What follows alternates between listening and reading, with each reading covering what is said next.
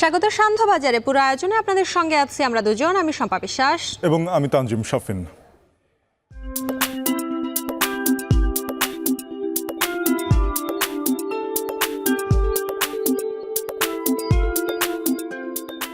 Network একটু slow আর কি, 7 GB 5 GB এরকম থেকে যাই ম্যাচ শেষ হয়ে যায়।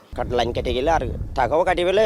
এখানে নেটওয়ার্ক অত্যন্ত স্লো, যার কারণে কাজ করতে অনেক বেগ পেতে হয়। ডেট অনুযায়ী তাদেরকে কাজগুলো ডেলিভারি দিতে পারি না। দেওয়ার কথা ছিল 7 MBPS, দিচ্ছে 4 MBPS, 3 MBPS, মাঝে মাঝে 1 MBPS। টাওয়ারের কোয়ান্টিটি যেহেতু কম, আমরা চেষ্টা করি যাতে কাভারেজটা বাড়াবার জন্য। সেই জন্য কিন্তু মাঝে মাঝে যেটা হয় যে গ্যাপ হয়ে যায়, গ্যাপের জন্য কিন্তু কাভারেজটা একটু কম থাকে। এই 55,000 বর্গমাইল একটা দেশকে কাভারেজে আনতে খুব বেশি টাকা লাগার কথা না। এই বিনিয়োগটা টেলকোরা করছে না। এসওএফ এর ফান্ড থেকে টাওয়ার করার ব্যবস্থা করি। দুর্গম এলাকা, রিমোট এলাকা, যেখানে অপারেটররা খুব সহজে যেতে চায় না।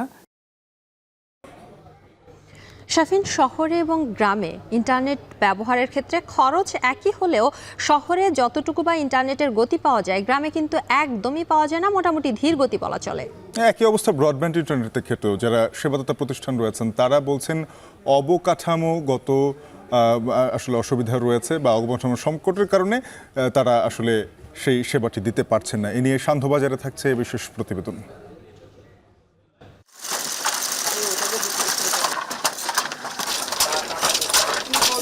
স্বাধীনতার পর থেকে অনেক কাজ এখানে ছিল, এটা আছে কোনো রকম চলতেছে। এখানে যা কয়েকদিন করছিলাম এটা এখন বন্ধ হয়ে যাচ্ছে। যখনই আমরা আসলে কোনো ব্যাংক লোন বা কোনো সরকারি সহায়তার কথা বলি, তখন যে সর্বপ্রথম শর্তটা জুড়ে দেওয়া হয় সেটা হচ্ছে এক্সপিরিয়েন্স। ব্যাংকগুলো এসএমইকে ওন করে না। ওনারা চিন্তা করছে আমি যদি একটা বড় গ্রুপকে দিয়ে দিই, আমি তো 1000 কোটি টাকা 500 কোটি টাকা একসাথে দিতে পারতেছি। শাফিন, কর্মসংস্থান এবং জিডিপিতে গতি বাড়াচ্ছে ক্ষুদ্র ও মাঝারি শিল্প, এবং দেখা গেছে যে জিডিপিতে এর অবদান 32%। এই 32% অবদানের ভেতরে কিন্তু বিশাল গ্রামীণ জনগোষ্ঠী রয়েছে। প্রায় 78 লাখ মানুষ, 78 লাখ প্রতিষ্ঠান রয়েছে যেখানে 2 কোটি মানুষ কাজ করছে, যার মধ্যে এই দেখা যায় যে 50 থেকে বা 50 লাখের বেশি প্রতিষ্ঠান রয়েছে যেগুলো গ্রাম অঞ্চলে এগুলোর ভিত রয়েছে। এ নিয়ে আমরা বিস্তারিত জানবো, তবে শুরুতেই এলাকা ভেদে ইন্টারনেট সেবায় বৈষম্য প্রসঙ্গ। শাফিন, রাজধানীতে ইন্টারনেটের গতি নিয়ে কোথাও কোথাও কিছু কিছু গ্রাহকের অভিযোগ আছে, কিন্তু গ্রামের চিত্র পুরোটাই উল্টো। সেখানে দেখা গেছে যে ইন্টারনেটের গতি এতটাই ধীর যে শহর এবং গ্রামে যেখানে ইন্টারনেটের খরচ একই, সেখানে সেবা থেকে বঞ্চিত হচ্ছে শুধু গ্রামের মানুষ। যারা সেবাদাতা প্রতিষ্ঠান রয়েছেন তারা স্পষ্টভাবেই বলছেন যে প্রযুক্তিগত অবকাঠামো যেগুলো রয়েছে যার মাধ্যমে এই নেটওয়ার্কটি তৈরি হয়, সেটির সংকটের কথা তারা জানিয়েছেন, যার ফলে তারা সেবা দিতে পারছেন। এদিকে বাংলাদেশ টেলিযোগাযোগ রেগুলেটরি কমিশন বিটিআরসি তারা বলছে যে তদারকি বাড়িয়ে তারা সেই সুষ্ঠু বা সমান দামে সমান সেবা নিশ্চিত করতে চায়। এ নিয়ে শোয়েব রহমান এবং মোকাররম হোসেনকে সঙ্গে নিয়ে দেখুন নাজমুস সাকিবের প্রতিবেদন।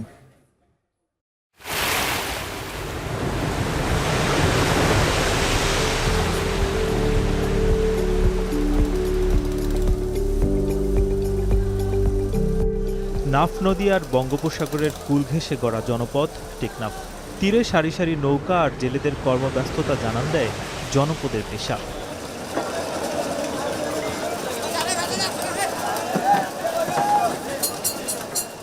সমুদ্রে মাছ আহরণ, বাজারজাতকরণ, শুটকি উৎপাদনে জড়িত এই উপজেলার প্রায় 30,000 মানুষের তাই জেনে নিতে হয় জোয়ার ভাটা, জলোচ্ছ্বাস, ঘূর্ণিঝড় বা আবহাওয়ার পূর্বাভাস। অনলাইন আর ইন্টারনেটের কল্যাণে এখন তথ্য মিলছে হাতের মুঠোয়। আব্দুল শুক্কুরের মতো জেলেদের যোগাযোগ আর বিনোদন ভরসা ইন্টারনেট। তবে দেশের এই সর্বশেষ প্রান্তে প্রান্তিক এসব মানুষের ইন্টারনেট ব্যবহারের অভিজ্ঞতা সাবলীল নয়।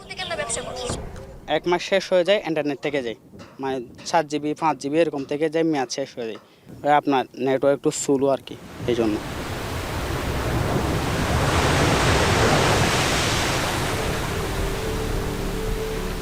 শাহপরীর দ্বীপ মিয়ানমার লাগোয়া দেশের সবশেষ ইউনিয়নের একটি। পান, সুপারি, লবণ উৎপাদন বা কৃষি এখানকার অর্থনীতির অন্যতম চালিকা শক্তি। তবে নিজ নিজ কাজের সাথে ইন্টারনেটের যোগসূত্র তৈরি করতে পারেননি এখানের বাসিন্দারা। আমরা মাঝে মধ্যে কথা বলতেই পারি আর মাঝে মধ্যে কথা বলতে পারি না। লাইন কেটে গেলে আর টাকাও কাটি ফেলে আমরা কিছু কিছু হতা হয় বা দুষ্টা বললে 3000 যা তাহলে হতাশ হয় না পারি। এখানে নেটওয়ার্ক অত্যন্ত স্লো, যার কারণে কাজ করতে অনেক বেগ পেতে হয়। কিন্তু লোকালয়ে ইন্টারনেটের অবস্থা কেমন? অনলাইনে অবশ্যই একটু ডিস্টার্ব বেশি হয়ে যায় টেকনাফে আমাদের। এমবি থাকলেও বেশি থাকলেও মানে কীরকম হয়ে যায়, মানে বাধা বাধা। একই উপজেলায় ফ্রিল্যান্সিংয়ের কাজ যারা করেন তাদেরও স্লো গতির ইন্টারনেট কাজের প্রধান বাধা। ইন্টারনেট স্লোর কারণে কাজটা করতে একটু সময় পেতে হয়, তো যার কারণে মানে ডেট অনুযায়ী তাদেরকে কাজগুলো ডেলিভারি দিতে পারি না। মোবাইল নেটওয়ার্ক দুর্বলতায় অনেকে দ্বারস্থ হয়েছেন ব্রডব্যান্ড কানেকশনে। টেকনাফে 5টি প্রতিষ্ঠানের প্রায় 3000 গ্রাহক আছে ব্রডব্যান্ডে, কিন্তু সেবার মান নিয়ে গ্রাহক অসন্তুষ্টি যেমন আছে, তেমনি ইন্টারনেট সার্ভিস প্রোভাইডারদেরও আছে হতাশা। টেকনাফ ঘুরে এসব তথ্যের সম্মিলন করেছেন সহকর্মী শোয়েব রহমান। টেকনাফের অর্থনীতিতে টেলিযোগাযোগ খাতের যথেষ্ট অবদান রাখার সুযোগ থাকলেও অবকাঠামোগত দুর্বলতার কারণে সে সুযোগ বিকশিত হয়নি। আইটি খাতের এসব দুর্বলতা সারিয়ে তোলা না গেলে স্মার্ট বাংলাদেশ বিনির্মাণ কতটা সফল হবে সে প্রশ্ন রাখাই যায়। দক্ষিণের গল্পের মতোই কি উত্তরের ইন্টারনেটের গতি, নাকি আরেকটু ভালো স্বাচ্ছন্দ্যের? যেতে চাই মহানন্দা বয়ে যাওয়া সর্ব উত্তরের উপজেলা তেঁতুলিয়ায়। তীরবর্তী জনপদেও লেগেছে প্রযুক্তির বাতাস। তারুণ্যের হাতে হাতে শোভা পাওয়া মুঠোফোন ইন্টারনেটের সংযোগে করে তুলেছে প্রয়োজনের অনন্য বাস্তবতা। তাই তো প্রাকৃতিক সকল সৌন্দর্যকে উপেক্ষা করে গল্প আর আড্ডায়ও হাতের মুঠোফোনেই সবার এমন বুধ হয়ে থাকা। শুধুই কি তারুণ্য, মুঠোফোন নির্ভরতায় হার মেনেছে বয়সের সংখ্যাও। নেটের অনেক প্রবলেম হচ্ছে, মানে শুনতে পায় না বা আটকে থাকে। দেওয়ার কথা ছিল 7 MBPS, দিচ্ছে 4 MBPS, 3 MBPS, মাঝে মাঝে 1 MBPS। রাত্রিবেলা হচ্ছে বাসায় যে খবর দেখলাম। তবে যে ইন্টারনেট অনেক কিছুকেই হাতের নাগালে এনে দিয়েছে, তার সঙ্গে সম্পর্ক যেন সহজ নয়। ইন্টারনেট সেবাদাতা মুঠোফোন কোম্পানি কিংবা ব্রডব্যান্ড সংযোগদাতা কেউ কথা রাখেনি। কখনো প্রতিশ্রুত গতি না দিয়ে, আবার কখনো এক আইপি দিয়ে ধারণ ক্ষমতার অতিরিক্ত সংযোগ দিয়ে প্রতারণা করা হচ্ছে গ্রাহকের সঙ্গে। নতুন সংযোগের ফিচারে 25 MBPS দেওয়ার কথা থাকলেও মিলছে 7 থেকে 10 MBPS। এছাড়া ডাউনলোড স্পিড কিংবা ফাইল ট্রান্সফারেও আছে বিড়ম্বনা। উত্তরের জনপদ তেঁতুলিয়া কিংবা বিভাগীয় শহর রংপুর, ফ্রিল্যান্সিং আর আইটি প্রশিক্ষণদাতা প্রতিষ্ঠানগুলোর ভোগান্তি যেন সবচেয়ে বেশি। অল্প ডাটা নিয়ে দেখা যাচ্ছে যে ইউজার অনেক বেশি করার কারণে আমাদের অনেকটাই সমস্যার সম্মুখীন হতে হয়। রিমোট অঞ্চলে থাকি, আমাদের যে নেট, আমরা রুমের ভিতরে আমরা নেট পাই না। 20 MBPS তারা সারাদিন আমাদের দিবে, কিন্তু দেখা গিয়েছে হ্যাঁ অফ পিকে যেরকম থাকছে অন পিকে সেরকম থাকছে না। এদিকে বিবিএস-এর জরিপ বলছে 2020 সালে গ্রামে মোবাইল ফোন ব্যবহারকারীর হার ছিল 69.7%। 2023 সালে সেটা বেড়ে হয়েছে 71.6%। অর্থাৎ 3 বছরের ব্যবধানে ব্যবহারকারী বেড়েছে প্রায় 2%। শেষ করছি এখন দুপুর। এখন টেলিভিশন ওয়েবসাইটে দেখতে ভিজিট করুন www.ekhon.tv। এছাড়া ফেসবুকে যুক্ত থাকুন facebook.com/tv.ekhon। এটি মুঠোফোন আর ইন্টারনেট সংযোগ যেন এই সময়ে আরব্য উপন্যাসের আলাদিনের চেরাগ। তাই যদি না হবে তাহলে 16 কোটি মানুষের বাংলাদেশে ইন্টারনেট ব্যবহারকারীর সংখ্যা কেন 13 কোটি 10 লাখ ছাড়াবে? 2023 সালে একটি আন্তর্জাতিক সংস্থার জরিপ বলছে দেশে ইন্টারনেট ব্যবহারকারীর একটা বড় অংশ বসবাস করে তৃণমূলে। দেশের বড় অংশ যেহেতু তৃণমূলে বসবাস করে, তাদের টেলিযোগাযোগের যে ব্যবহার কিংবা ইন্টারনেট ব্যবহার সেটা বেশি। তবে শহরের সঙ্গে প্রান্তিক জনগোষ্ঠীর যে ইন্টারনেটের স্পিড, সেই ফারাক বেশ স্পষ্ট। শহরে কতটা সেবা পাচ্ছে নাগরিকরা, সেটাই আজ আমরা দেখতে চাই। মূলত এই যে টেলিযোগাযোগ সেবা, যার বড় অংশ জুড়েই মোবাইল কোম্পানিগুলো, যাদের বোর্ড গ্রাহক সিমের হিসেবে আছে প্রায় 19 কোটি। এর মধ্যে ইন্টারনেট ব্যবহারকারী আছে 12.5 কোটি। ব্যবহারকারীদের ভাষ্য, শহরের সব অপারেটরদের নেটওয়ার্ক প্রায় সমানভাবে পাওয়া গেলেও গ্রামে সেটা পাওয়া যায় না। প্রত্যন্ত অঞ্চলে সবচেয়ে বেশি সমস্যা করে রাষ্ট্রায়ত্ত অপারেটর টেলিটক। শহরে ইন্টারনেট ব্যবহার করে স্বাচ্ছন্দ্যে তারা।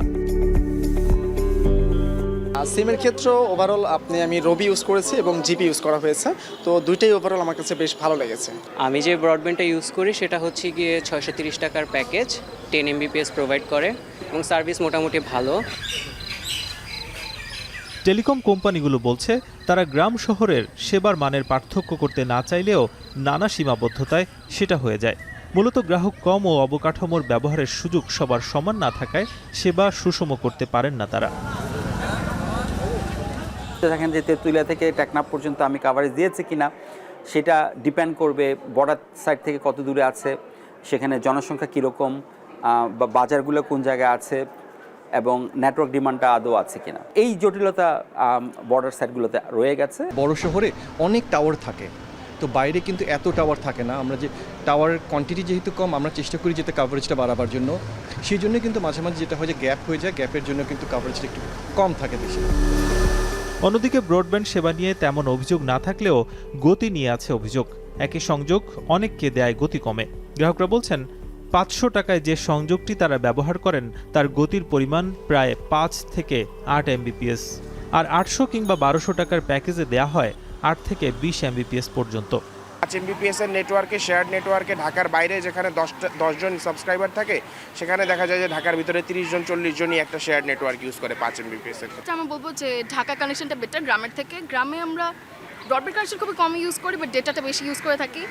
স্টিল ডেটাটাই বেটার, আর ঢাকায় ব্রডব্যান্ড বেটার, বাট কানেকশনের প্রবলেম হচ্ছে। মিটিংয়ে যেটা বলছে এটা আইএসপিবি বলছে ঢাকায় ব্রডব্যান্ড ইন্টারনেট সুবিধা যতটা কম খরচে দেওয়া সম্ভব সেটা প্রত্যন্ত অঞ্চলে হয় না, কারণ সেখানে নেটওয়ার্কিং এর খরচ বেশি, গ্রাহক কম। আইএসপিগুলো ব্যান্ডউইথ তার নেটওয়ার্কের মাধ্যমে যখন প্রত্যন্ত অঞ্চলের জনগণের কাছে পৌঁছায়, তখন হিউজ পরিমাণ একটা ট্রান্সমিশন কস্ট আমাদেরকে দিতে হয় এনটিটিএন অপারেটরগুলোকে। বিটিআরসি বলছে এই সমস্যার সমাধানে সকল অপারেটরদের নির্দেশ দেওয়া হয়েছে। তো আমরা এসওএফ এর ফান্ড থেকে টাওয়ার করার ব্যবস্থা করি। দুর্গম এলাকা, রিমোট এলাকা, যেখানে অপারেটররা খুব সহজে যেতে চায় না বিজনেস কেসের কারণে। এখনও 60% মোবাইল টাওয়ার ফাইবার অপটিক্যাল সংযোগে নেই। সেটা বাড়াতে পারলে সবাই সমান সেবা পাবে বলে মনে করেন ডাক, টেলিযোগাযোগ ও তথ্য প্রযুক্তি প্রতিমন্ত্রী। এখনো 60% কিন্তু মোবাইল টাওয়ার সেগুলো কিন্তু মানে ফাইবার অপটিক্যালে কানেক্টেড না। তো এটা আমি যত বেশি মানে ফাইবার অপটিক্যাল কেবলে কানেক্ট করতে পারবো, তত কিন্তু আমরা কোয়ালিটি সার্ভিস এনহ্যান্স করতে পারবো এবং আমরা কিন্তু প্রাইস কমাতে পারবো। দেশের সব জায়গায় যেন সমান ইন্টারনেট সুবিধা পাওয়া যায় সেদিকে নজরদারি করতে হবে বিটিআরসিকে, এমনটাই বলছেন খাত বিশেষজ্ঞরা। ইন্ডিয়ার মতো বড় একটা দেশ হতো, বা আমেরিকার মতো বড় একটা দেশ হতো, কানাডার মতো একটা বড় দেশ হতো, তখন আমি কম্প্রোমাইজ করতে পারতাম। বাট এটা তো ছোট্ট একটা দেশ। এই 55,000 বর্গমাইল একটা দেশকে কাভারেজে আনতে খুব বেশি টাকা লাগার কথা না।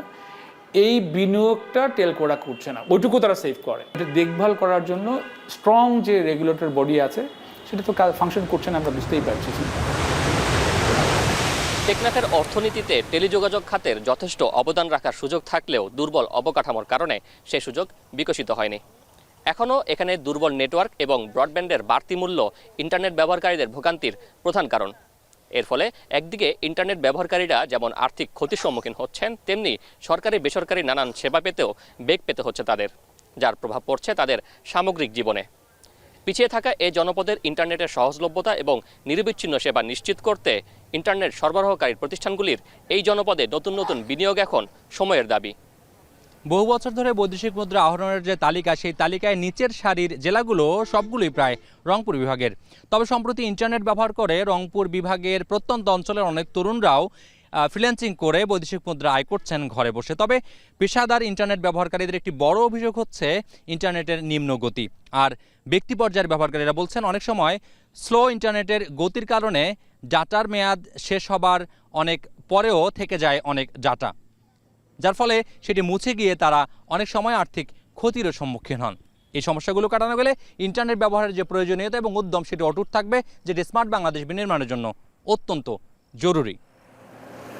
বিশ্বস্বীকৃত প্রতিষ্ঠান ওকলার হিসেবে 144টি দেশের মধ্যে বাংলাদেশের মোবাইল ইন্টারনেটের অবস্থান 110তম এবং ব্রডব্যান্ড কিছুটা ভালো করেছে, সেটা 106তম। তবে সবগুলোই অবস্থান 100-র ওপরে। অর্থাৎ আগামী দিনের স্মার্ট বাংলাদেশ গড়ার ক্ষেত্রে বাংলাদেশ 100-র ওপরে থাকলে অবশ্যই সম্ভব নয়, সেটা অবশ্যই 50 থেকে 60-এর মধ্যে আসতে হবে। তবে সেটা কিভাবে সম্ভব সেই প্রশ্ন কিন্তু রয়ে যাচ্ছে। শাফিন, দেশে ক্ষুদ্র ও মাঝারি শিল্প খাতে প্রতিষ্ঠান ছাড়িয়ে গেছে ৭৮ লাখের বেশি এবং এর মধ্যে ৫৫ লাখের অবস্থানই গ্রামাঞ্চলে। পাশাপাশি দেখা যাচ্ছে এই খাতে প্রত্যক্ষ এবং পরোক্ষভাবে প্রায় ২ কোটি মানুষ জড়িয়ে আছে। যেখানে ২ কোটি মানুষ জড়িয়ে আছে সেটির অবদান জিডিপিতেও ব্যাপক। শম্পা, এসএমই ফাউন্ডেশনের যে তথ্য তা বলছে যে ৩২% অবদান রাখছে জিডিপিতে এই ক্ষুদ্র, মাঝারি এবং কুটির শিল্প খাত, অর্থাৎ সেবা খাতের পরপরই এর অবস্থান রয়েছে। আজ বিশ্ব ক্ষুদ্র, মাঝারি এবং কুটির শিল্প দিবস। কেমন আছেন এই খাতের বিপুল পরিমাণে শ্রমিক এবং উদ্যোক্তারা এবং এই খাতের সম্ভাবনা সংকটগুলো কি, তাই নিয়ে সঞ্জয় মল্লিকের ক্যামেরায় বিস্তারিত জানাচ্ছেন হোসাইন জিয়াদ।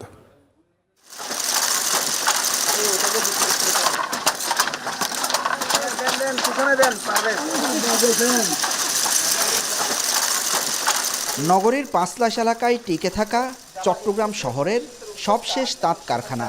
৪৫ বছর বয়সী এই প্রতিষ্ঠান এবছরেই গুটিয়ে নিচ্ছেন উদ্যোক্তা। কারখানাটিতে একসময় ২৫-৩০ জন শ্রমিক কাজ করত, এখন আছেন মাত্র ৫ জন।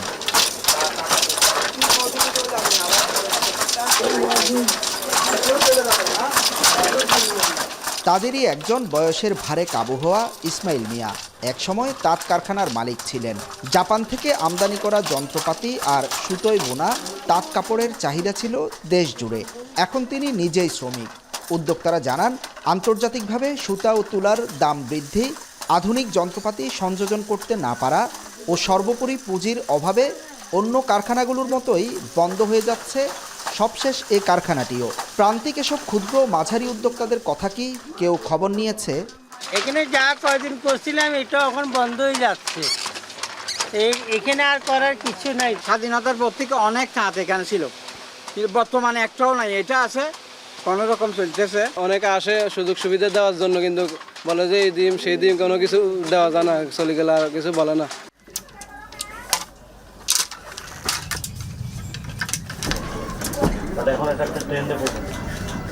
জাতিসংঘের হিসাবে বিশ্বজুড়ে ব্যবসার ৯০%, চাকরির ৭০% আর জিডিপির ৫০%-এর যোগান দেয় ক্ষুদ্র, মাঝারি ও কুটির শিল্প। সংস্থাটির হিসাবে বাংলাদেশেও চাকরি ও ব্যবসা বাণিজ্যের ৭০% এ খাতের দখলে। বাংলাদেশ পরিসংখ্যান ব্যুরোর তথ্য বলছে, দেশে বর্তমানে কুটির শিল্প প্রতিষ্ঠান আছে ৬৮,৪২,০০০, যার মধ্যে ৫১ লাখই গ্রামাঞ্চলে। ক্ষুদ্র শিল্পের উদ্যোক্তা আছেন প্রায় ৯,৬২,০০০, মাঝারি শিল্পের উদ্যোক্তা ৭,১০৬ জন।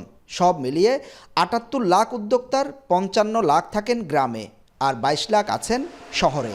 ২০৩০ সাল নাগাদ দেশের জিডিপিতে শিল্প খাতের অবদান ৪০% করার লক্ষ্যমাত্রা নিয়ে কাজ করছে সরকার। এখন পর্যন্ত অর্জিত হয়েছে ৩৭%। শিল্প খাতের এই ৩৭% অবদানের ৩২%ই এই ক্ষুদ্র এবং মাঝারি শিল্পের। দেশব্যাপী প্রায় ৭৮ লাখ উদ্যোক্তা কাজ করেন এ খাতে, যেখানে প্রায় ৩ কোটির মতো শ্রমিক কাজ করে। কথা হচ্ছে, যেই শ্রমিকরা কাজ করে তারা প্রশিক্ষণ কিভাবে পাচ্ছে, কিভাবে তাদের দিন চলছে, আর এখানকার কর্ম পরিবেশই বা কেমন, সেই চিত্র আমরা একটু দেখব।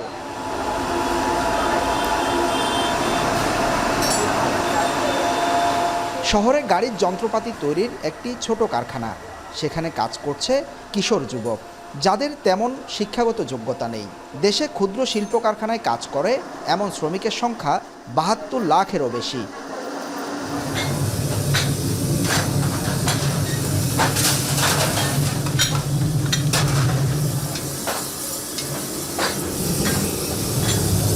অভাবের তাড়নায় কারখানায় কাজ নিয়েছেন এরা। বেশিরভাগই সরকারি কোনো প্রশিক্ষণ পাননি। এসব কারখানায় বেতন, কাজের সময় নির্ধারণ, সুযোগ সুবিধা নির্ভর করে মালিকের ইচ্ছা অনিচ্ছার উপর। কারণ এই শ্রমিকের দেখভাল করার কোনো সংস্থা নেই। তবুও কোনো একদিন উজ্জ্বল ভবিষ্যতের আশায় কাজ করছে তারা। কাজ করতে করতে অভিজ্ঞতা বাড়ে, তারপরে এক মেশিন থেকে অন্য মেশিনে যাই, কিছু শিখতে পারি, তার মাধ্যমে আমাদের বেতনটা বাড়ে। সরকারের কাছে একটাই অনুরোধ, আমাদের কর্মজীবনের মধ্যে আমাদের ডিউটিটা যেন 12 ঘন্টা থেকে 8 ঘন্টা নেওয়া আসা হয়। দেশের ক্ষুদ্র ও মাঝারি শিল্পের বড় অংশীদার নারীরা। পরিসংখ্যান ব্যুরোর হিসেবে শহর গ্রাম মিলিয়ে দেশে 40,51,000 নারী এসএমই শিল্প প্রতিষ্ঠানের সাথে জড়িত। বিউটিশিয়ান, সেলাই, বুটিক্স, খাদ্য প্রক্রিয়াজাত সহ নানা খাতে সফলতার উজ্জ্বল দৃষ্টান্ত স্থাপন করেছে নারীরা, হয়েছে স্বাবলম্বীও। এসএমই ফাউন্ডেশন বলছে প্রতিষ্ঠার 12 বছরে সারা দেশে প্রায় 20 লাখ উদ্যোক্তাকে প্রত্যক্ষ এবং পরোক্ষভাবে তারা সেবা দিয়েছেন, যার মধ্যে 2.5 লাখ উদ্যোক্তা সরাসরি সেবা নিয়েছেন। এই 2.5 লাখ উদ্যোক্তার আবার 55% নারী, অর্থাৎ প্রায় 1,35,000। আর এই ক্ষুদ্র কুটির এবং মাঝারি শিল্পে জড়িত নারীর সংখ্যা প্রায় 25 লাখের মতো। কথা হচ্ছে প্রান্তিক পর্যায়ে যারা উদ্যোক্তা হয়েছেন, যারা অন্যদের শেখাচ্ছেন, সে উদ্যোক্তারা আসলে এসএমই ফাউন্ডেশন থেকে সেবা কি পেয়েছে? শামীমা শিলা চাকরি ছেড়ে বিউটিশিয়ানের পেশায় এসে এখন সফল উদ্যোক্তাদের একজন। তার প্রতিষ্ঠানে কাজ করছে 20-25 জন নারী, সাথে একটি প্রশিক্ষণ কেন্দ্র খুলে স্বাবলম্বী করেছেন অন্যদেরও। শুরু থেকে তার যাত্রা কেমন ছিল, কি কি চ্যালেঞ্জ নারী উদ্যোক্তারা পার করছেন রাজধানীর বাইরে? যখনই আমরা আসলে কোনো ব্যাংক লোন বা কোনো সরকারি সহায়তার কথা বলি, তখন যে সর্বপ্রথম শর্তটা জুড়ে দেওয়া হয় সেটা হচ্ছে এক্সপিরিয়েন্স। যারা নতুন উদ্যোক্তা একেবারেই নতুনভাবে কাজ শুরু করবে, তাদের কাছে এক্সপিরিয়েন্সটাও নাই এবং তারা একেবারেই নতুন করে শুরু করছে, তাদের কাছে প্রতিষ্ঠানটাও নতুন, হয়তো বা হচ্ছে বা হবে। তো এই জায়গায় আসলে আমরা সবচেয়ে বড় প্রবলেমটা আগে ফেসটা করি। দেশে প্রায় 7,000 মাঝারি শিল্প প্রতিষ্ঠানে কাজ করছে 7 লাখের মতো শ্রমিক। এসব কারখানা দেশের চাহিদা মিটিয়ে রপ্তানি আয়ও করছে। বৈশ্বিক সংকট, ডলারের দাম, খরচ বৃদ্ধি, প্রশিক্ষিত জনবলের অভাব মাঝারি শিল্প খাতের বড় সমস্যা। তবে তার চেয়েও বড় সমস্যা এ শিল্পে বৃহৎ শিল্প গ্রুপের প্রবেশ। এখনই নীতিগত সিদ্ধান্ত না নিলে ভবিষ্যতে মাঝারি শিল্প টিকে থাকবে কিনা তা নিয়ে শঙ্কায় আছেন উদ্যোক্তারা। বড় বড় গ্রুপগুলো এখন ফুডে আসতেছে, তারা মুড়ি করতেছে, তারা চানাচুর করতেছে, তারা মোটর ভাজা করতেছে। এই জিনিসগুলো তো আসলে এসএমই করবে। আপনি যেটা করবেন বা আমি যেটা করব, এটা হচ্ছে তাদেরকে আমি মানে নীতিমালা দিয়ে তাদেরকে সহযোগিতা করব। ব্যাংকগুলো এসএমইকে ওন করে না, যদি সত্যি কথাই বলে আমরা ওন করে আমরা চিন্তা করতেছি আমাদের একটা ইনভেস্টমেন্ট টার্গেট আছে। ওনারা চিন্তা করতেছে আমি যদি একটা বড় গ্রুপকে দিয়ে দিই, আমি তো 1,000 কোটি টাকা 500 কোটি টাকা একসাথে দিতে পারতেছি। একটা ছোটো এসএমইকে আমার দিতে হয় 10 কোটি 5 কোটি এভাবে করে দিতে হচ্ছে, তাহলে ওইখানে আমি এত হেডেক নিব কেন? ক্ষুদ্র, মাঝারি ও কুটির শিল্প খাতকে এগিয়ে নিতে 2007 সালে 200 কোটি টাকা নিয়ে দেশে যাত্রা শুরু করে এসএমই ফাউন্ডেশন। এ পর্যন্ত তারা প্রায় 8,600 উদ্যোক্তাকে ঋণ দিয়েছে। আশার কথা হলো এই উদ্যোক্তাদের 1% ঋণ খেলাপি নন। তাই 200 কোটি টাকার ফান্ডের আকার এখন সুদে আসলে 716 কোটি টাকা। হোসাইন জিয়াদ, এখন চট্টগ্রাম। সম্পাদ, আমরা দেখছিলাম প্রতিবেদনটি এবং সেখান থেকে আমরা জানছিলাম বিভিন্ন সংকট এবং সম্ভাবনার কথা এসএমই খাতের। এই খাত নিয়ে আমাদের সহকর্মী বার্তাকক্ষে রয়েছেন মুন্নাফ রশিদ, তিনিও কাজ করছেন দীর্ঘদিন ধরে, তার সাথে বিস্তারিত আলোচনা একটু করতে চাই। শাফিন, এটি যেহেতু আমাদের দেশের জন্য একটি সম্ভাবনাময় খাত, সেক্ষেত্রে আপনি দীর্ঘদিন ধরে এসএমই উদ্যোক্তাদের নিয়ে কাজ করছেন। এই খাতের সংকট সম্ভাবনার অনেক গল্পই আপনি শুনেছেন, জেনেছেন একেবারে কাছ থেকে। জানতে চাই যে বর্তমান অবস্থায় দাঁড়িয়ে যখন করোনা পরবর্তী সময়েও এসএমই খাত কিন্তু বাংলাদেশের অর্থনীতিকে ঠিক জায়গায় রাখতে, দৃঢ় জায়গায় রাখতে বা স্থিতিস্থাপক একটা জায়গায় রাখতে বড় একটা ভূমিকা রেখেছিল। বর্তমান সময়ে এসে ব্যাংক ঋণে আমরা জানি কিছুটা জটিলতা রয়েছে। এছাড়া আসলে জমি অধিগ্রহণ বা জায়গা সহ কি কি সংকট রয়েছে, কোন কোন জায়গায় বাধা রয়েছে এসএমই উদ্যোক্তাদের? শাফিন, মূলত এসএমই উদ্যোক্তাদের জন্য সবথেকে বড় বাধা হচ্ছে, আমি যদি সরাসরি বলতে চাই যে আসলে নীতি নির্ধারক পর্যায় থেকে সদিচ্ছার অভাব রয়েছে। সদিচ্ছার অভাব কেমন রয়েছে? 2019 সালে জাতীয় এসএমই একটি নীতিমালা করা হয়েছিল। সেই নীতিমালার আওতায় কিন্তু 2টি কমিটি করা হয়েছিল। ওই নীতিমালা কিন্তু 5 বছর মেয়াদি ছিল, অর্থাৎ এই যে 24শে জুন, এখন যে জুন মাস যাচ্ছে, এই জুনের 30 তারিখ পর্যন্ত সেই নীতিমালার মেয়াদ রয়েছে। এবং এই নীতিমালার আওতায় যে কমিটি 2টি করা হয়েছিল, সেই 2টি কমিটিতে প্রায় 30টি মিটিংয়ের প্রস্তাব করা হয়েছিল। 30টি মিটিংয়ের মাধ্যমে এসএমইর যে বিভিন্ন দিক তুলে আনা, এবং সেখানে 9টি মিটিং হয়েছিল মাত্র। সেই 9টি মিটিংয়ের মাধ্যমে কিন্তু সেই নীতিমালার যে কমিটি ছিল, 2টি কমিটি, সেই কমিটির কিন্তু প্রস্তাব করেছিল যে এসএমই উদ্যোক্তাদের এগিয়ে নিতে বা এই যে জাতীয় এসএমই নীতিমালাকে এগিয়ে নিতে কিন্তু 10,000 কোটি টাকার একটা বরাদ্দের কথা তারা বলেছিল, কিন্তু এই 5 বছর পেরিয়ে গেছে, 5 বছরে কিন্তু এখন পর্যন্ত একটি টাকাও কিন্তু এখানে বরাদ্দ হয়নি। অর্থাৎ এখানে বলা হচ্ছে যে এসএমই উদ্যোক্তাদের এগিয়ে নিতে বা এসএমইর যে বিভিন্ন দিক রয়েছে, উদ্যোক্তাদের বিভিন্ন সুযোগ সুবিধা দেওয়ার ক্ষেত্রে যেসব সুবিধা পাওয়ার কথা ছিল নীতি নির্ধারক পর্যায় থেকে, সেটি কিন্তু এখন পর্যন্ত পায়নি। এর বাইরে আরও রয়েছে যে ঋণ পাওয়ার ক্ষেত্রে কিন্তু একটি বড় ধরনের ভোগান্তি রয়েছে। বিভিন্ন ব্যাংক থেকে ঋণ পেতে গেলে কিন্তু তাদেরকে মর্গেজের কথা বলা হয়, বিভিন্ন ভাবে তাদেরকে হেনস্থা করা হয়। এটি একটি বড় বাধা রয়েছে। এখানে বলতে পারেন যে এসএমই ফাউন্ডেশন তাহলে কি করছে? এসএমই ফাউন্ডেশন কিন্তু শুরু থেকেই এখন পর্যন্ত প্রায় 20 লাখ উদ্যোক্তাদেরকে কিন্তু প্রত্যক্ষ এবং পরোক্ষভাবে সহযোগিতা করে যাচ্ছে এবং প্রায় 2000-এর বেশি কর্মসূচির মাধ্যমে কিন্তু এদেরকে ট্রেনিং দিয়ে যাচ্ছে। যারা ট্রেনিং প্রাপ্ত হয়েছেন এখান থেকে, সেটিও কিন্তু প্রায় 60% নারী। অর্থাৎ এখানে কিন্তু নারীদের একটি বড় আগ্রহ রয়েছে, আবার নারীদের ক্ষেত্রে কিন্তু একটি বিড়ম্বনাও রয়েছে, কেননা নারীদের কিন্তু ঋণ পেতেও একটু ভোগান্তি পেতে হয়, ঋণ পাওয়ার ক্ষেত্রে তাদেরকে বিভিন্ন ধরনের হেনস্থারও শিকার হতে হয়। তো এসএমই ফাউন্ডেশন কিন্তু একটি উদ্যোগ নিচ্ছে, কিন্তু সেই উদ্যোগেও কিন্তু একটা ভাটা পড়েছে, কারণ এসএমই ফাউন্ডেশনের যে এসএমই নীতিমালা ছিল, সেই নীতিমালায় কিন্তু বলা আছে যে এসএমই ফাউন্ডেশনের ঢাকার বাইরে কিন্তু তাদের থাকবে, মানে শাখা থাকবে, কিন্তু এখন পর্যন্ত কোনো শাখা নাই, ফলে জনবল সংকট রয়েছে। জনবল সংকটের কারণে কিন্তু একটি বাধা রয়েছে। এই যে ক্ষুদ্র এবং মাঝারি শিল্প প্রতিষ্ঠানগুলোর মধ্যে বড় বড় শিল্প প্রতিষ্ঠানগুলো ঢুকে পড়ছে, এক্ষেত্রে এই ছোট প্রতিষ্ঠানগুলোর বেঁচে থাকা নিয়ে অর্থাৎ টিকে থাকা নিয়ে কোনো ধরনের শঙ্কা তৈরি হচ্ছে কিনা? না, শঙ্কা বলতে এখানে আমি আপনি একটি তথ্য জানিয়ে রাখতে চাই যে 2013 সালে জাতীয় অর্থনৈতিক সমীক্ষা হয়েছিল। প্রতি 10 বছর পর পর জাতীয় অর্থনৈতিক সমীক্ষা হয়, কিন্তু এখনো পর্যন্ত 10 বছর পেরিয়ে কিন্তু 11 বছরে পা পড়েছে, এখনো কিন্তু কোনো সমীক্ষা করা হয়নি। এই যে 2013 সালে যে সমীক্ষা হয়েছিল, সেই সমীক্ষা অনুযায়ী কিন্তু বাংলাদেশে মোট ব্যবসায়ী প্রতিষ্ঠানের সংখ্যা রয়েছে 78,18,000 মতো ব্যবসায়ী প্রতিষ্ঠান রয়েছে। এর মধ্যে বড় ব্যবসা প্রতিষ্ঠান সেগুলো কিন্তু মাত্র 5,200, অর্থাৎ বাদ বাকি কিন্তু সবই এসএমই যেসব প্রতিষ্ঠান রয়েছে সেগুলো, অর্থাৎ 78,15,000 মতো হচ্ছে যে 13,000 মতো হচ্ছে এসএমই উদ্যোক্তাদের প্রতিষ্ঠান।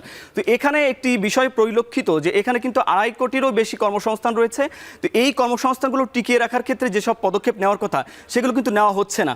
এবং সামনে যে 2026 সালের পরে যে এলডিসি থেকে উত্তরণের পরে এটি একটি বড় একটি সম্ভাবনাময় খাত হতে পারে। এসএমই যে উদ্যোক্তা বা এসএমই যেসব প্রতিষ্ঠান রয়েছে তাদেরকে এগিয়ে নেওয়ার জন্য বিভিন্ন ধরনের সুযোগ সুবিধা দিতে পারে, কিন্তু সেই জায়গায় কিন্তু আমরা দেখছি না।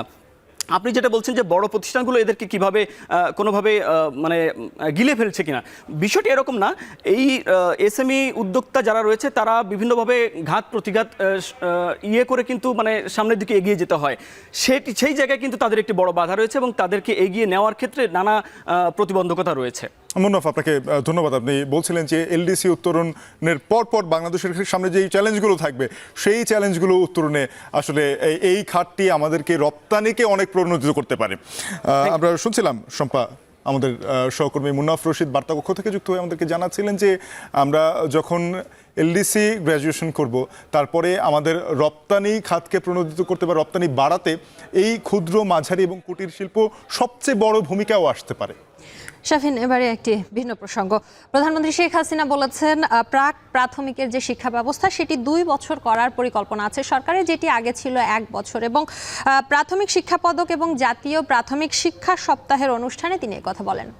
একই অনুষ্ঠানে তিনি শিক্ষক, শিক্ষার্থী এবং প্রতিষ্ঠান সহ 56টি পুরস্কার দিয়েছেন।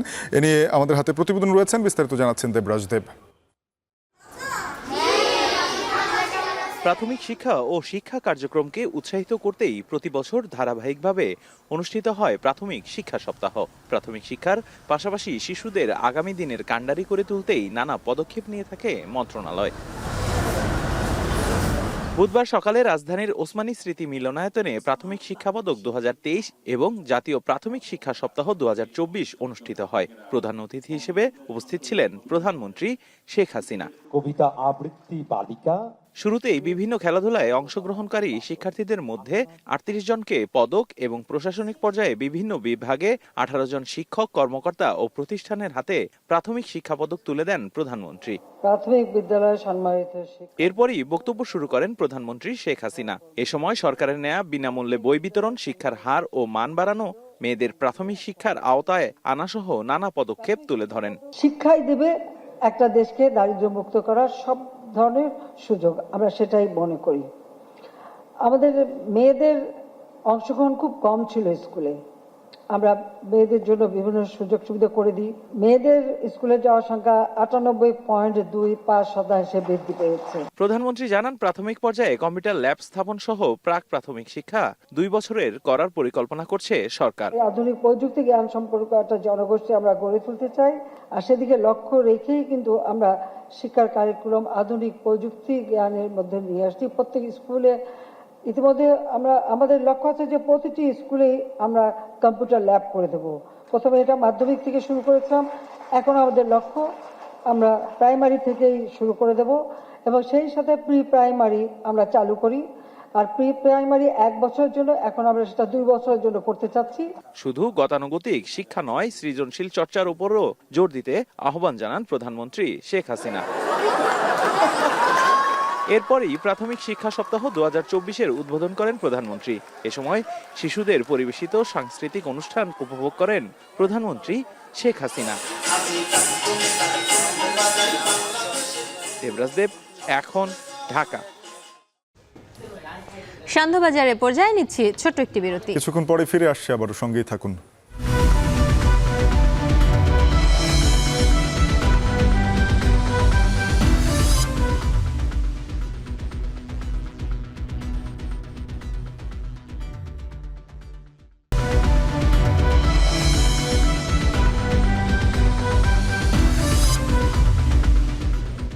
ফিরে এলাম বিরতির পর। আপনারা দেখছেন সান্ধ্যবাজার। অবশেষে সাদিক এগ্রোর অবৈধ স্থাপনা উচ্ছেদ করেছে ঢাকা উত্তর সিটি কর্পোরেশন। মোহাম্মদপুরের রামচন্দ্রপুর খাল দখল করে এই ব্যবসা চালিয়ে আসছিল তারা। যদিও সাদিক এগ্রোর দাবি, ব্যক্তিগত জমি ভাড়া নিয়ে তারা খামার গড়ে তুলেছিল। এদিকে উদ্ধার হওয়া খালে আজই মাটি কাটা শুরু করেছে ঢাকা উত্তর সিটি কর্পোরেশন। বিস্তারিত প্রতিবেদনে। রামচন্দ্রপুর খাল অবৈধ দখলমুক্ত করতে শুরু হবে উচ্ছেদ অভিযান। খবরে সকাল থেকে স্থাপনা সরিয়ে নিতে শুরু করে দখলদাররা। কিভাবে দখল হলো এই খালটি, সে উত্তর জানে এখানকার সবাই। টেরা খ্রিস্টান ছিল, পরে ওই টেরা কালার আবার কিছু বর্ষে বর্তমানে এটা পুরাটা বর্ষে, পরে টেরা খ্রিস্টান নিয়ে গেছে লাউতলা। মাটি টাটি দিয়া সবকিছু বর্ষি অনুন্নত হয়েছে, নামগর ভেঙে দিতে। আমরা অনেক বছর ধরে থাকতে আসি, আমাগুলো মানুষের ক্ষমতা নাই যে আমরা 6-7 হাজার টাকা দিয়ে ভাড়া থাকুন।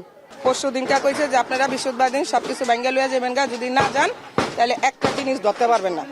বৃহস্পতিবার সকাল 10টায় উত্তর সিটি কর্পোরেশনের উচ্ছেদ অভিযান শুরু হওয়ার কথা থাকলেও অজানা কারণে দেরি হয় 2 ঘন্টার বেশি। দুপুর 12টার পর উচ্ছেদ অভিযান শুরু করে উত্তর সিটি কর্পোরেশন। সাদিক এগ্রোর অফিস কক্ষ গুড়িয়ে দেওয়া হয় নিমিষেই। এ সময় স্থানীয় কাউন্সিলর জানায়, রামচন্দ্রপুর খালের জমি ছেড়ে দিতে চিঠি দিলেও উত্তর দেয়নি সাদিক এগ্রো। সাদিক এগ্রো কতটুকু জায়গা দখল করছে এটা আসলে আমার সম্পত্তি বিভাগ বলতে পারবে, কাউন্সিলরের কিন্তু দায়িত্ব না যে এটা জানা। কারণ আপনারা জানেন আমাদের একটা সম্পত্তি বিভাগ আছে, তার কাছে সব হিসাব নিকাশগুলো থাকে। ভাড়া করা জমিতেই এতদিন ব্যবসা করে আসছিল সাদিক এগ্রো। স্থাপনা উঠানো জমির মালিকানা রয়েছে বলে দাবি তাদের। এখানকার যে ল্যান্ডলর্ডের যে জায়গার উপরে এই স্থাপনাটা আছে, এটা প্রাইভেট প্রপার্টি।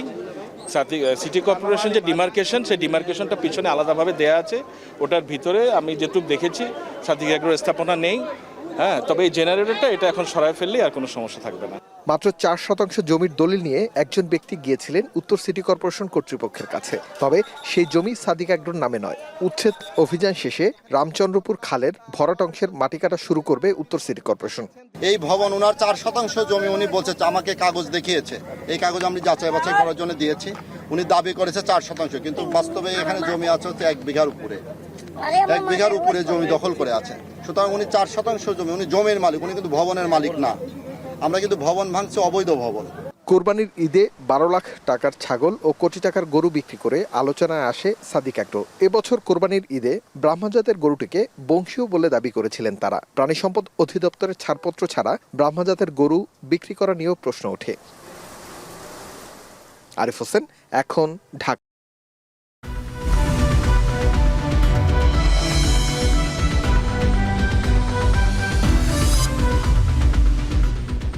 বিরতির পর ফিরে এলাম। দেখছেন সান্ধ্যবাজার। রাজধানীতে 3 দিনের আন্তর্জাতিক কনফারেন্সে অংশ নিয়েছে 250 কার্ডিয়াক সার্জন সহ দেশ বিদেশের 700 চিকিৎসক। লক্ষ্য দেশের চলমান কার্ডিয়াক সার্জারির অবস্থা সম্পর্কে ধারণা লাভ, পাশাপাশি বিশ্বে চলমান কার্ডিয়াক সার্জারির সঙ্গে নিজেদের মিলিয়ে দেখা, সেই সঙ্গে রোগীদের বিদেশ নির্ভরতা কমানোর দিকেও জোর দিচ্ছেন আয়োজকরা। মুজাহিদ শুভর প্রতিবেদনে দেখুন বিস্তারিত। হার্টের সর্বাধুনিক সার্জারিতে বাংলাদেশ এগিয়েছে অনেকটা পথ। ছোট বড় সব বয়সী রোগীর সার্জারিতে দক্ষতার পরিচয় দিচ্ছেন দেশের সার্জনরা। তবুও বিশ্বের সঙ্গে তাল মেলাতে, নিজেদের দক্ষতা আরও বাড়াতে রাজধানীতে cardiac surgeons society of Bangladesh আয়োজন করেছে 3 দিনের আন্তর্জাতিক কনফারেন্স। এতে অংশ নেয়া প্রায় 700 চিকিৎসকের মধ্যে রয়েছেন প্রায় 250 কার্ডিয়াক সার্জন। ফ্যাকাল্টি হিসেবে অংশ নিয়েছেন আমেরিকা, ইংল্যান্ড, ভারত, চায়না সহ বেশ কয়েকটি দেশের শীর্ষ সার্জনরা। লক্ষ্য দেশে চলমান কার্ডিয়াক সার্জারির বর্তমান অবস্থা নিজেদের জানানো, পাশাপাশি বিশ্বে চলমান কার্ডিয়াক সার্জারির সঙ্গে নিজেদের মিলিয়ে দেখা। সিনিয়র যারা আছে তাদের ভিতরে নলেজ অ্যান্ড এক্সপিরিয়েন্স শেয়ার, এবং জুনিয়রদের জন্য দে উইল বি ইন্সপায়ার্ড। আমাদেরকে ওই লেভেলে যেতে হবে।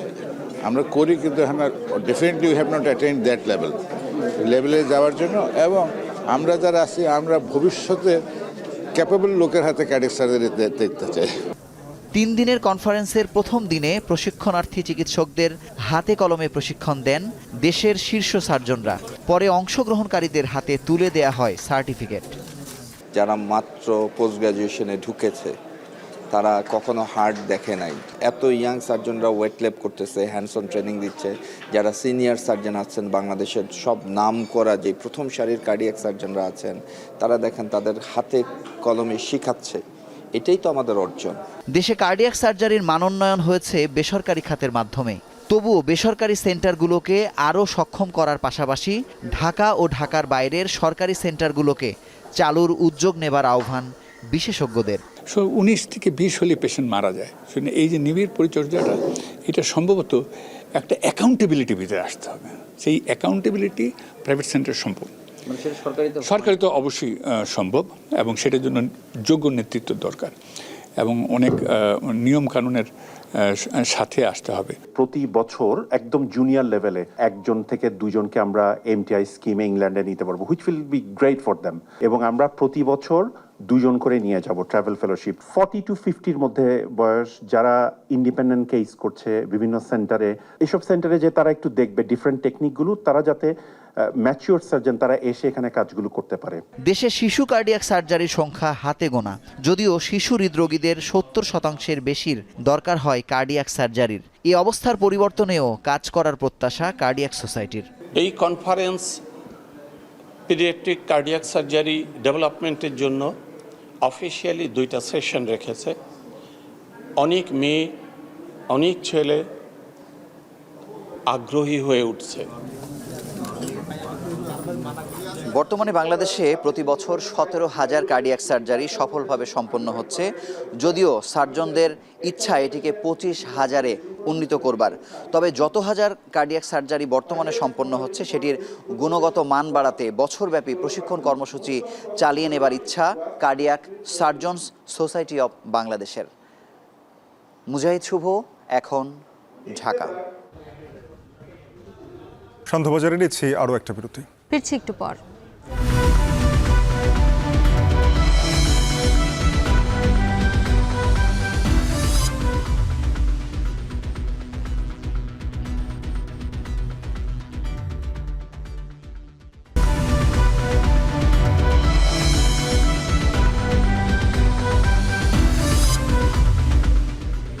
বিরতির পর ফিরলাম।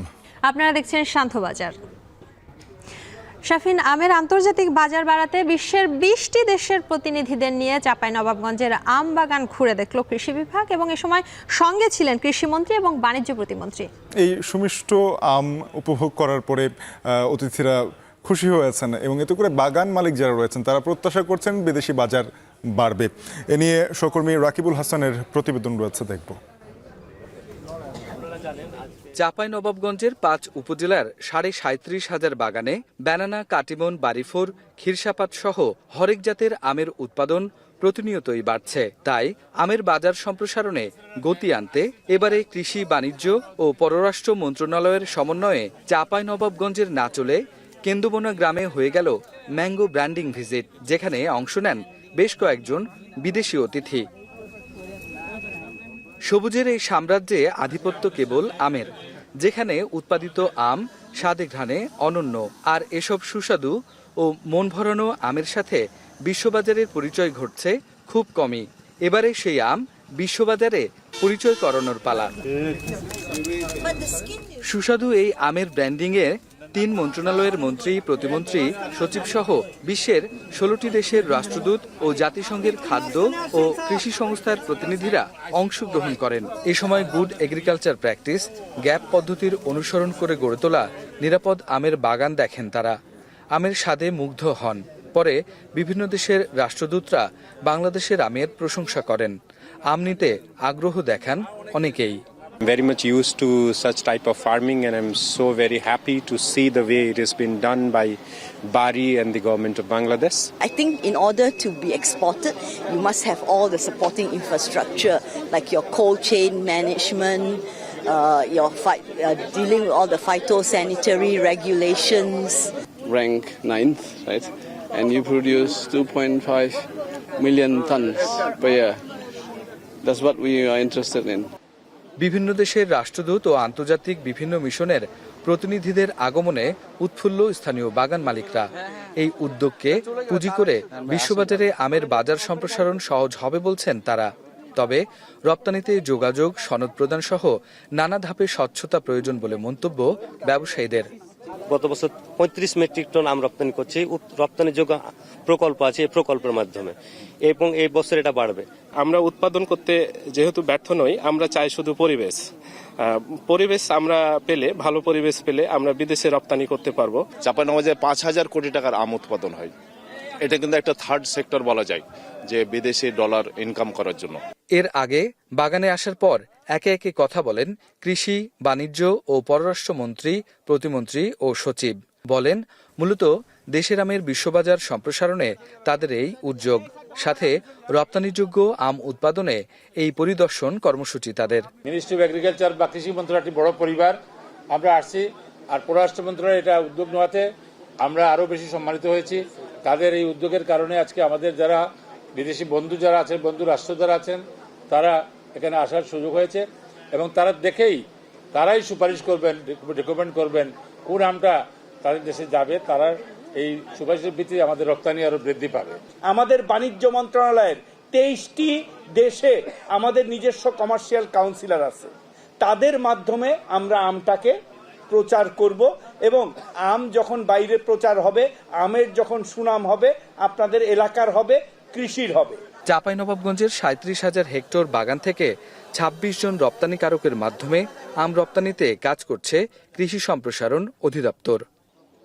প্রতিবছর শত শত করে হাজার হেক্টর আমের বাগান বাড়ছে রাজশাহী, চাঁপাইনবাবগঞ্জ, নওগাঁ সহ এই পুরো অঞ্চল জুড়ে।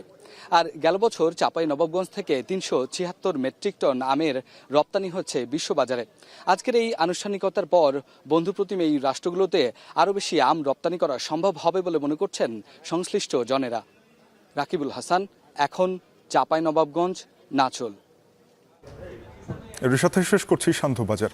এখন টেলিভিশনের ওয়েবসাইট দেখতে ভিজিট করুন www.ekhon.tv।